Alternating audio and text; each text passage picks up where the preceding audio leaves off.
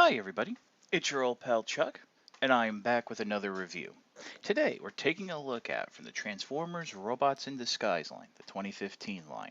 This is the Hyperchange Steeljaw. As you know, the Hyperchange figures are roughly Voyager scale, Ultra scale figures that transform in 3 steps using springs and gears and a whole bunch of cool stuff. Obviously, it's geared to younger audience, but by and large, I kind of find these figures to be kind of cool. We're starting off with Steeljaw in vehicle mode, and I have to say this is actually a very nice representation of the vehicle mode. Um, I actually think, going from the Legion class on up, I think this might be closer to a better representation of Steeljaw. I mean, you all know I've had my problems with the Warrior class figure. The one-step changer is actually kind of fun, and the Legion class figure wasn't that bad, just had issues standing. This doesn't have any of those issues. It is, unfortunately, in the traditional toy grayish blue color, whereas we've seen by now in the animation, the character tends to be a more solid gray. So pretty much that's about it for vehicle mode. We'll do the transformation right now. As with all Hyperchange figures, the transformation is relatively simple. Unfortunately, as with most of the Hasbro line of simplified figures, the instructions that are printed in a dynamic style on the packaging aren't that wonderful. To start us off, you just want to go ahead and detach the rear fin piece here from it pegs into what will be the shoulders and what have you. And then what you want to do is, picking the figure up, rotate this whole panel down and around, and as you can see, everything just opens up and flips out. Next, what you want to do is take this thin piece, go ahead and just fold it back, and it will somewhat friction into place behind the head. I've been looking to see if there's a way for this all to peg in, but it really doesn't. I haven't had it come loose yet, and it does hold the head into place. Next, you just want to fold up the arms, and then position the tail however you see fit. Very nice likeness of Steeljaw. Let me just adjust the camera here.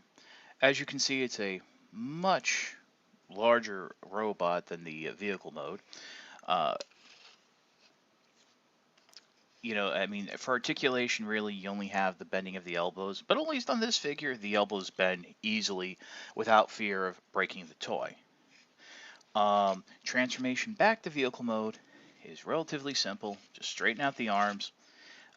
It does actually show you to fold the tail down. That's actually step 2.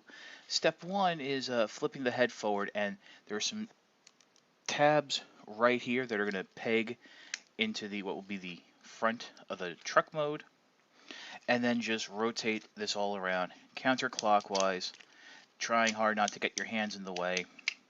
Everything folds up, and then you just want to go ahead, adjusting the camera, and tab those panels in where we started. Just like that. I will say that unlike Grimlock or Optimus Prime or Bumblebee, it kind of looks like at that final step you do have to kind of just give everything a little push so it all lines up so you can peg that plate in. But it does hold together. The one issue, as you can see, is that tail is a little loose. Unfortunately, it's on a pin, so I really don't know how you would tighten it easily without the use of chemicals or magic. But, when it's down, it really doesn't affect the rolling of the truck. For many collectors, figures such as Steeljaw and the others in the Hyperchange line, as well as the one-step changers and anything under a dozen steps of transformation, they tend to avoid. Now, of course, that's a little bit of hyperbole, but it is a little disappointing that I think really fun, relaxing desk toys are being passed over due to what I would consider internet snobbery. Um, Steeljaw is a fine figure. I think much like Optimus Prime, the transformation is very fun. It's simple, and it's something you can just sit there in front of your computer checking email and do back and forth. I got this figure from Big Bad Toy Store. I have heard there's been showing up in Targets, and I do believe I just heard recently, as of this recording, that it was showing up on Hasbro Toy Shop. So you have some options. This is your old pal Chuck for Hyperchange Steeljaw. We will see you next time.